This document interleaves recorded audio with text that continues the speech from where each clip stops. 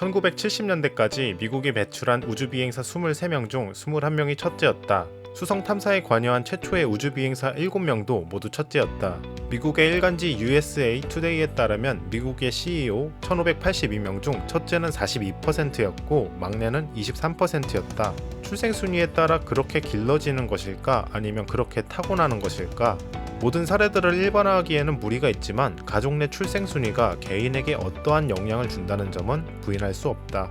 심리학자 아들러에 따르면 보통 마즈들이 책임감이 강하고 성실하며 리더십이 있는 편이지만 약간 성격이 예민하고 대인관계에 약하고 보수적일 수 있다고 한다.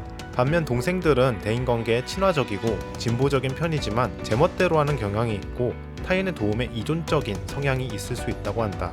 물론 모든 사례에 일반화하기는 어렵지만 그래도 여러 사례를 볼 때 출생순위가 개인에게 영향을 준다고는 할 수 있겠다.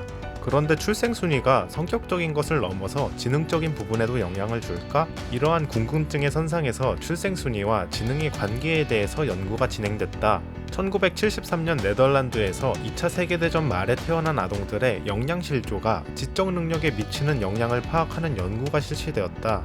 연구에서 발견된 특이점은 인종이나 성별에 상관없이 출생순위가 낮아질수록 지능 또한 낮아졌다는 점이다.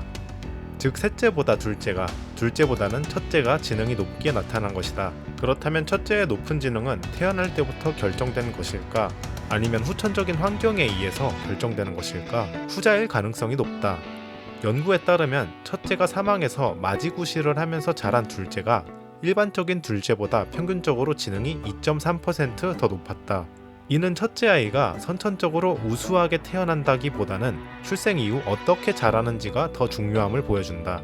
로버트 자존과 그레고리 마르쿠스는 이러한 현상의 이유를 지적 자극의 차이 때문이라고 주장한다. 이를 지적 분위기에 차이가 난다고도 하는데 첫째가 겪는 지적 분위기는 동생들에 비해서 풍부한 경우가 많다.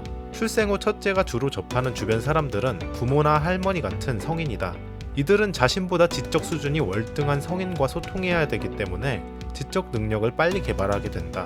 반면 둘째부터는 손이 형제 자매와 접촉하는 시간이 많아진다.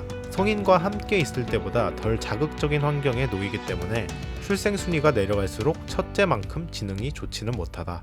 유아 때는 누군가의 일방적인 가르침을 받게 되는데 첫째들은 자신보다 아는 게 부족한 동생들을 위해 몇 년이라도 먼저 산 자신의 노하우를 동생에게 알려주려고 한다. 여기서 남들에게 무언가를 알려주는 것은 단순히 이해하는 것보다 더 고차원적인 능력을 필요로 한다. 첫째들은 설명해보는 기회를 통해 인지 능력, 언어 능력 등을 발달시킬 수 있게 된다. 근데 이상하게도 아들러에 따르면 사회에서 성공할 확률은 오히려 동생들에게 더 많다고 한다. 부모가 손위 형제를 기르며 먼저 겪은 시행착오들을 건너뛰어도 되고 형, 누나란 잠재적 경쟁자가 있기 때문에 그들의 장점을 능가하기 위한 도전을 하며 사회성 영역에서는 더 높은 능력을 발휘하기 때문이라고 한다. 이건 근거가 있는 이야기인지 아니면 아들러의 뇌피셜인지는 잘 모르겠지만 말이다.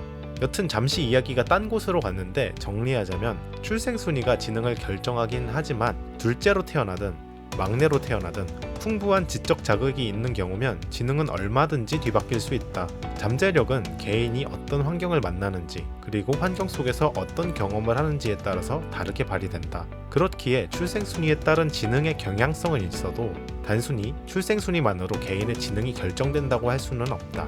한 발 더 내딛는 삶이 중요하지 않을까 생각한다. 이상 마음대로였습니다. 시청해주셔서 감사합니다.